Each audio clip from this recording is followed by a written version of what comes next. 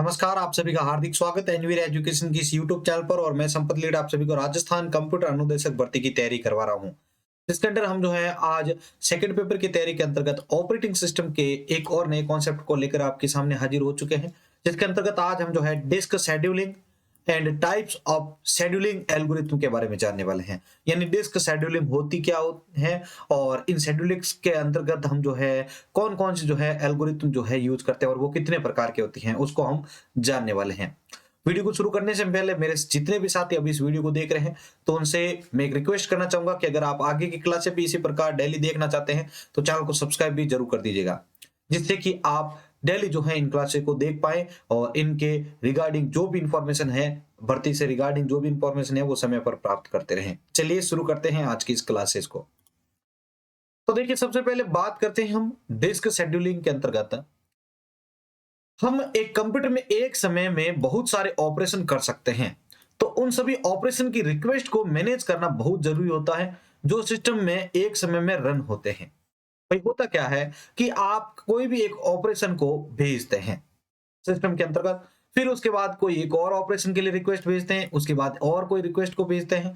तो इन सभी को मैनेज करना होता है कि भाई इसके बाद इसकी बारी है, इसके बाद इसकी बारी है, इसको इतना समय देना है, इसको इतना समय देना है। तो ये सारे के सारे मैनेज करने होते हैं। इन सभी रिक्वेस्ट को नियंत्रित करने तथा इन्हें मेमोरी उपलब्ध कराने के लिए ऑपरेटिंग सिस्टम के द्वारा डिस्क शेड्यूलिंग का प्रयोग किया जाता है। किसका प्रयोग किया जाता है भाई? डिस्क शेड्यूलिंग का प्रयोग किया जाता है, जिसको आप डीएसपी कहते हैं। वैसे इसमें सीपीयू के समय को सभी रिक्वेस्ट के मध्य बांट दिया जाता है, जिससे डिस्क शेड्यूलिंग यह निर्धारित करते हैं कि कौन सा प्रोसेस किस समय सीपीयू के द्वारा एग्जीक्यूट किया जाएगा। ठीक है ना? यानी सीपीयू का एक जो टाइम होता है उसको इस प्रकार से बांट दिया जाता है कि भाई उसमें ये निर्धारित हो जाता है कि ये प्रोसेस के लिए ये समय है, इस प्रोसेस के लिए ये समय है, इस प्रोसेस के लिए ये समय और इसके लिए ये है। जिससे क्या होता है कि समय रहते हैं और एक क्रम अनुसार सीक्वेंसली भी आप मान सकते हैं कि वो जो आपका ऑपरेशन होता है वो टाइम पर एग्जीक्यूट हो पाता है। शेड्यूलिंग का अर्थ है एक समय में सीपीयू को दिए गए रिक्वेस्ट को एग्जीक्यूट करना। एक ही समय में दिए गए जो सीपीयू को आदेश होते हैं वो एग्जीक्यूट करना होता है, जिसको हम क्या कहते हैं भाई? शेड्यूलिंग कहते हैं। सरल शब्दों में अगर कहा जाए तो डिस्क शेड्यूलिंग का प्रयोग किसी भी रिक्वेस्ट की सीक टाइम को कम करने के लिए किया जाता है। सीक टाइम को कम करने के लिए। अब यहां पर आप समझिएगा कि हमने इससे पहले जो है हार्ड डिस्क की जब कॉन्सेप्ट पढ़ी थी कंप्यूटर फंडामेंटल के अंतर्गत, उस समय हमने तीन टर्म्स पढ़ी थी। कौन कौन सी? लेटेंसी टाइम, सीक टाइम और एक्सेस टाइम। इस एक्सेस टाइम का फॉर्मूला होता है आपका latency time plus seek time. ये चीज हमने पढ़ी थी कंप्यूटर फंडामेंटल के दौरान। हार्ड डिस्क के बारे में, मेमोरी के बारे में कॉन्सेप्ट पढ़ा था तब समझा था। अब आपके समय आपके दिमाग में ये चीज आ रही होगी कि भाई ये लेटेंसी टाइम सीक टाइम क्या होता है। तो इसको याद करने का बहुत ही सिंपल सा फंडा बताता हूं मैं। मान लीजिए कि ये यहाँ पर राम खड़ा है, इससे लगभग 4 किलोमीटर दूर पर एक बोर्ड लगा हुआ है। इस बोर्ड के ऊपर कुछ लिखा हुआ है भाई, और वो इतना छोटा लिखा हुआ है कि उसको राम दूर खड़े रहकर नहीं पढ़ सकता है। लगभग 1 किलोमीटर की दूरी मान लीजिए आप, राम यहाँ पर 1 किलोमीटर दूर पर खड़ा है और इसको यह यहाँ पर जो भी लिखा हुआ है वो नहीं दिख रहा है। तो राम क्या करेगा? यहां से इस बोर्ड तक, इस बोर्ड के पास तक जाएगा। तो राम को यहां से इस बोर्ड के पास तक जाने में, यानी इस बोर्ड के पास गया क्यों है भाई? क्योंकि इस बोर्ड के ऊपर कुछ डेटा लिखा हुआ है जो इसको पढ़ना है, बराबर। तो राम को यहां से इस बोर्ड तक पहुंचने में जो समय लगा है उसको कहते हैं लेटेंसी टाइम। क्या कहते हैं भाई? Latency time. चलिए, अब राम यहां पर पहुंच गए, इसके बाद अब यहां पर आ गया तो ये करेगा क्या भाई? इस बोर्ड के ऊपर जो भी लिखा है वो पढ़ेगा। तो राम को यहां से लेकर यहां तक, यानी राम को जो डेटा है वो पढ़ने में जितना समय लगा उसको हम बोलते हैं सीक टाइम। तो मैंने आपको हार्ड डिस्क की जब कॉन्सेप्ट पढ़ाई थी तो वहां पर टेक्निकल टर्म में इनकी परिभाषाएं बताई थी कि किसी भी डेटा को खोजने में या उस तक पहुंचने में लगा समय क्या कहलाता है भाई? आपके लेटेंसी टाइम कहलाता है। और उस डेटा को पढ़ने में जो कुल समय लगा है उसको बोलते हैं हम सीक टाइम। और अगर बात आपकी आती है कि एक्सेस टाइम किस कहते हैं? एटी। तो ध्यान रखना है कि एक्सेस टाइम का मतलब होता है कि किसी भी डेटा को खोजने में, उस तक पहुंचने में और उसको पढ़ने में लगा कुल समय आपका क्या कहलाता है भाई? एक्सेस टाइम कहलाता है। ये तीन टर्म्स आपको याद रखनी है, याद रखिएगा। ये एग्जाम के लिए बहुत ही इंपॉर्टेंट टर्म है। लेटेंसी टाइम, सीक टाइम और एक्सेस टाइम। ठीक है, तो लेटेंसी टाइम मतलब मेमोरी में से किसी भी डेटा को खोजने में या उस तक पहुंचने में लगा समय क्या कहलाता है भाई, लेटेंसी टाइम कहलाता है। और अगर सीक टाइम की बात होती है तो आपको बताना है कि उस डेटा को पढ़ने में लगा समय, कुल समय जो है वो सीक टाइम कहलाता है। और एक्सेस टाइम किसे कहेंगे आप, किसी भी डेटा तक पहुंचने में लगा समय तथा उसको पढ़ने में लगा कुल समय क्या कहलाएगा आपके, एक्सेस टाइम। मतलब latency time plus access seek time आपका क्या बनता है भाई, एक्सेस टाइम बनता है। तो यहां तक सभी को समझ में आ चुका होगा। आ चुका है तो एक बार पहले दबा के पहले लाइक कर दीजिएगा भाई। शेयर तो आप नहीं करेंगे, आपने कसम खा रखे हैं कि सिर्फ हमें जो है अपने काम से मतलब है। सर कोई भी सपोर्ट के लिए बोल रहे हैं तो अपन को सपोर्ट नहीं करना, ये तो कसम खा ली है, ये तो मुझे पता है, क्योंकि पिछले 4 दिन से कंटिन्यूली आपके लिए शेयर की बात की जा रही है, लेकिन एक या दो को छोड़ के कोई शेयरिंग नहीं कर रहा है। ठीक है, चलिए आगे बढ़ते हैं भाई। अब बात करते हैं नेक्स्ट के पॉइंट के ऊपर। तो देखिए यहाँ पर मैंने इसके बारे में सीक टाइम की बात हुई थी तो मैंने पूरा आपको कॉन्सेप्ट समझा है। अब आगे बात करते हैं अगेन। सरल शब्दों में कहा जाए तो डिस्क शेड्यूलिंग का प्रयोग किसी भी रिक्वेस्ट की सीक टाइम को कम करने में किया जाता है। सीक टाइम मतलब उस डेटा को खोजने में या उस तक पहुंचने में लगे समय को कम करने के लिए किया जाता है। क्योंकि कंप्यूटर में एक समय में ऑपरेशन की बहुत सारी रिक्वेस्ट आती है जिससे सिस्टम बहुत ही स्लो हो जाता है। एक साथ बहुत सारी रिक्वेस्ट आएगी तो वो स्लो होगा ही। तो इन रिक्वेस्ट को शेड्यूल करना बहुत जरूरी हो जाता है। जो भी रिक्वेस्ट होती है उसको पहले हम क्या करते हैं, शेड्यूल। शेड्यूल का मतलब क्या है भाई कि इसके बाद इसकी बारी आएगी, इसके बाद इसकी बारी, तो उसके लिए एक टाइम निर्धारित कर दिया जाता है। भाई आपने देखा होगा मेरे चैनल के ऊपर शेड्यूल लगा देता हूं मैं कोई भी वीडियो को, मतलब क्या है कि ये उस समय जो है ये वीडियो जो है वो रन होगा। तो ये डेफिनेटली डेफिनेशन है एक सिंपल सी शेड्यूलिंग के बारे में।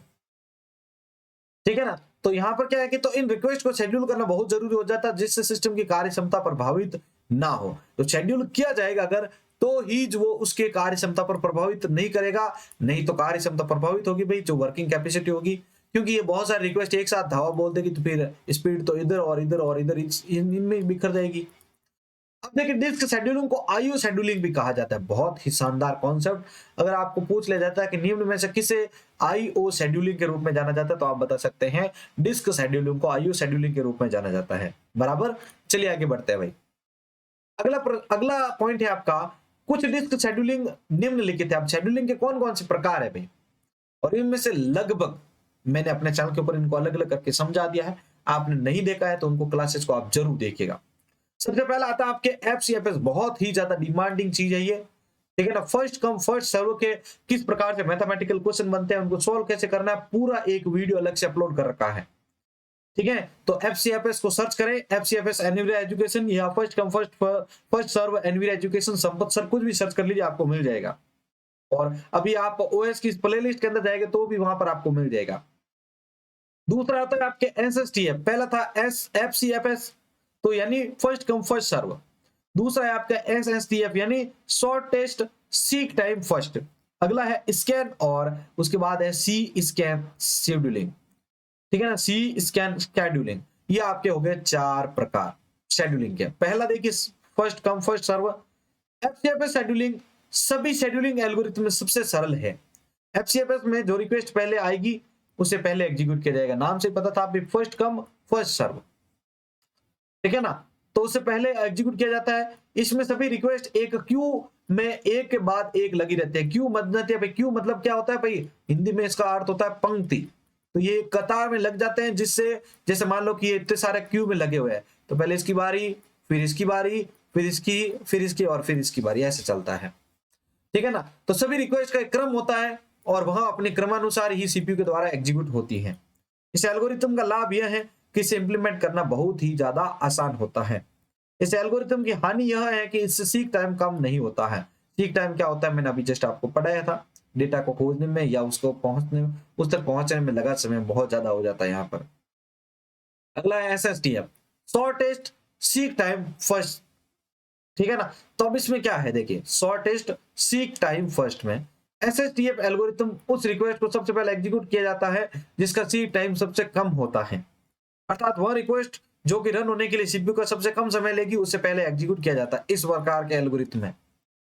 इसमें सभी रिक्वेस्ट की जांच की जाती है और उसके सीक टाइम के अनुसार उन्हें क्रम में अरेंज किया जाता है, और जिस रिक्वेस्ट का सीक टाइम सबसे कम होता है उसे सबसे पहले एग्जीक्यूट कर दिया जाता है। भाई सीक टाइम जिसका कम होगा तो ये उसको क्या करता है भाई, जैसे मान लीजिए ये इतनी सारी रिक्वेस्ट है, अब इनमें से मान लो कि इन पांचों में से इसका सीक टाइम कम है, इसका कम है, तो वो डायरेक्टली इनको रैंडमली उठा के इनका जो भी एग्जीक्यूशन होगा वो कर देगा।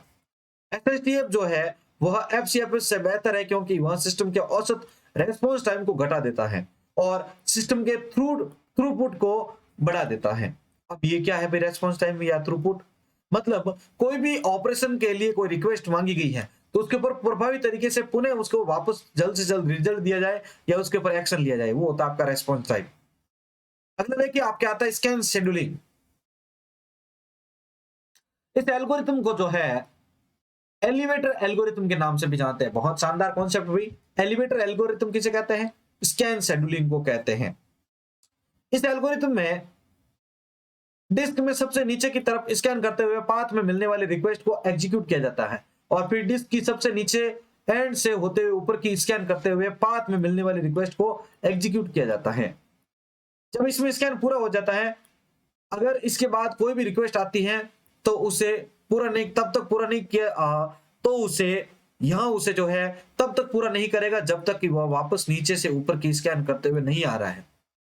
मतलब क्या है कि जब ये ऊपर से नीचे की ओर आएगा तो इसके बीच में जो भी इसके रिक्वेस्ट आती रहेगी उसको ये क्लियर करता रहेगा। नीचे तक आ गया, फिर वापस ये ऊपर की ओर जाता है, तो मान लो कि अब बीच में कोई रिक्वेस्ट आ गई कि भाई मुझे अभी एग्जीक्यूट करना है, तो ये क्या बोलेगा कि भाई आप पहले नीचे लग जाइए, मैं इसको करके वापस जब आऊंगा तो आप यहीं पर ठहरी, मैं आपको एग्जीक्यूट कर दूंगा। इसमें ये पोस्ट डेट होती है।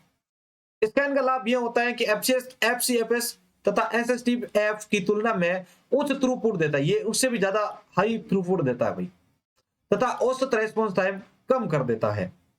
रेस्पॉन्स टाइम मतलब वापस उसका रेस्पॉन्स देना, आपको रिजल्ट देना है भाई, तो उसका रेस्पॉन्स टाइम ये इसमें भी कम होता है, फटाफट हो जाता है सारा काम। परंतु इसकी हानि यह है कि इसमें रिक्वेस्ट को सबसे ज्यादा इंतजार करना पड़ता है जिसकी लोकेशन को डिस्क में अभी अभी विजिट किया गया हो। यानी कोई रिक्वेस्ट बीच में आ गई तो उसको ये वापस पहले वो सारे के सारे क्लियर करके जब नीचे आएगा वापस ऊपर से, तब ही उसको कर पाएगा। ये इसके अंदर का नया नियम है, तो ये इसकी हानि भी है। एंड उसके बाद आपका जो आता है बारी वो होता है आपके C scan scheduling. C scan scheduling क्या होता है कि सी स्कैन शेड्यूलिंग में सभी रिक्वेस्ट को सर्कुलर लिस्ट के द्वारा अरेंज किया जाता है। जो सर्कुलर लिस्ट होती है उसके द्वारा क्या किया जाता है, इसको अरेंज किया जाता है। सर्कुलर लिस्ट वहां लिस्ट होती है जिसमें ना तो स्टार्टिंग पॉइंट होता है ना एंडिंग पॉइंट, अर्थात जो एंड पॉइंट होता है वही स्टार्टिंग पॉइंट इसके लिए होता है। जैसे ये एंड पॉइंट यहां था तो ये जिसके लिए वापस स्टार्टिंग पॉइंट भी माना जाएगा।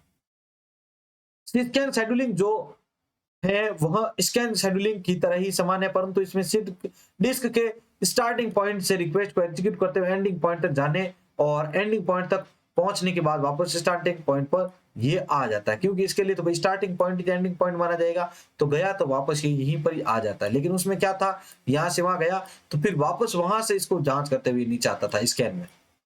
इसमें ऐसा नहीं है भाई, इसमें पहले वहां गया स्कैन किया सारा, फिर वापस पहले नीचे आएगा, फिर वापस ऊपर जाएगा, फिर वापस ऊपर जाएगा, ऐसे चलेगा। ऐसा नहीं है कि भाई ये वापस मूव करके इसमें सर्कुलर घुमा। तो ये आज के इस क्लास के अंतर्गत हमने जाना है भाई डिस्क शेड्यूलिंग के बारे में और उसके टाइप के बारे में। ठीक है, तो एक बार मैं इसको पुनः रिपीटेशन के लिए लूं आपके लिए, उससे पहले सभी दबा के इसको वीडियो को लाइक कर दीजिएगा भाई, और वीडियो कैसी लग रही है सभी राय अपनी नीचे कमेंट बॉक्स में दे दीजिएगा। चलिए भाई, सबसे पहले हमने जानना था डिस्क शेड्यूलिंग क्या होती है। तो डिस्क शेड्यूलिंग मतलब किसी भी जो आपकी ऑपरेशन करने के लिए जो भी रिक्वेस्ट आई है तो उसको क्या करना है, शेड्यूल करना है। मतलब उसको कुछ इस प्रकार से आप शेड्यूल करें कि उसमें क्या है कि भाई कोई भी ऑपरेशन हो रहा है तो उसके बाद किसकी बारी है, उसके बाद किसकी बारी है, ये सारा किस में डिपेंड होता है भाई, शेड्यूलिंग के अंतर्गत। ठीक है ना। और जो भी एग्जीक्यूट करने के लिए जो रिक्वेस्ट की जाएगी उसको ये क्या करेगा भाई, एग्जीक्यूट करेगा। कौन करेगा, शेड्यूलिंग। जैसे मान लो कि मैंने आपके लिए आज जैसे 4 बजे अपनी क्लास आने वाली थी अलग से, तो अपनी ओएस की क्लास अभी 4 बजे हो नहीं पाई थी। ठीक है, तो मैंने आपके लिए क्या किया कि भाई सुबह उस क्लास को मैंने सुबह के लिए शेड्यूल कर दिया था 8 बजे, जो कि आपने सभी देखा होगा। तो ये चीज क्या थी कि भाई मैंने वहां पर उसको शेड्यूल कर दिया मान लो, तो ये चीज उसके लिए यहां पर काम आती है शेड्यूलिंग। इसको हम आईओ शेड्यूलिंग के नाम से भी जानते हैं, शेड्यूलिंग को ध्यान रखिएगा।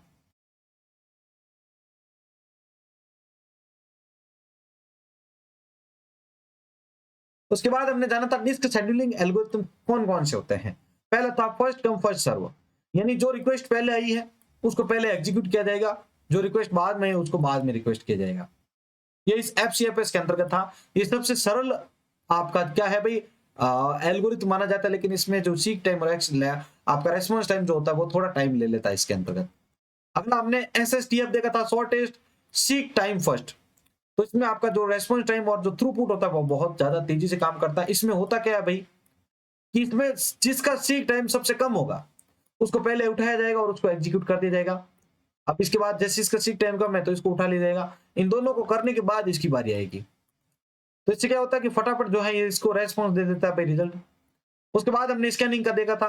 तो इसके अंतर्गत क्या किया जाता है इस एल्गोरिथम में कि डिस्क से ऊपर की सतह से नीचे की सतह की ओर वापस इसको मतलब इसको जांच किया और करता हुआ स्कैन करते हुए नीचे आता है। इसको करने के बाद वापस ये ऊपर की ओर स्कैन करता हुआ ऊपर जाता रहता है। तो ये स्कैनिंग के अंतर्गत आता है। और सी स्कैन शेड्यूलिंग में क्या होता है भाई कि इसमें ये यहाँ से जांच करता हुआ ऊपर गया, तो ऐसा नहीं कि वापस ऊपर से जांच करता हुआ नीचे आएगा। ये एक बार यहाँ से ऊपर चला गया तो पहले वापस नीचे आएगा, फिर वापस ऊपर जाएगा, फिर वापस नीचे, फिर वापस ऊपर। ऐसा नहीं है कि भाई ये स्कैन करता हुआ जा रहा है, नहीं आ रहा है ऐसा। तो ये हमने यहाँ पर जो है आज की शेड्यूलिंग और डिस्क शेड्यूलिंग की जो भी पॉइंट थे वो सारे जाने हैं। स्पेशली आप सभी को ध्यान रखना है कि इसके प्रकार कितने होते हैं वो सारे याद रखने हैं आपको, ठीक है, ताकि आप जो भी पॉइंट्स होते हैं उनको आप आसानी से देख पाए। तो भाई वीडियो कैसी लगी सभी जल्दी से नीचे कमेंट बॉक्स में बता दीजिएगा। अब आपके सामने जो है मैं कुछ क्वेश्चन जो है मौखिकली वाइवा आपको पूछ रहा हूं, जिनका आंसर आप सभी को कमेंट बॉक्स में देने हैं, ठीक है ना। सभी को आंसर इसके कमेंट बॉक्स में देना है भाई, ध्यान रखिएगा। तो पहला प्रश्न आपके लिए है भाई, ठीक है, सभी सुन लीजिएगा, इसका आंसर आपको कमेंट बॉक्स में देना है। आपको यहां पर यह बताना है कि डिस्क शेड्यूलिंग होती क्या है। दूसरा आपके लिए प्रश्न है एफसीएफएस का फुल फॉर्म क्या है, ठीक है, एफसीएफएस का फुल फॉर्म क्या होता है। अगला प्रश्न आपके लिए है लेटेंसी टाइम क्या होता है, लेटेंसी टाइम क्या होता है।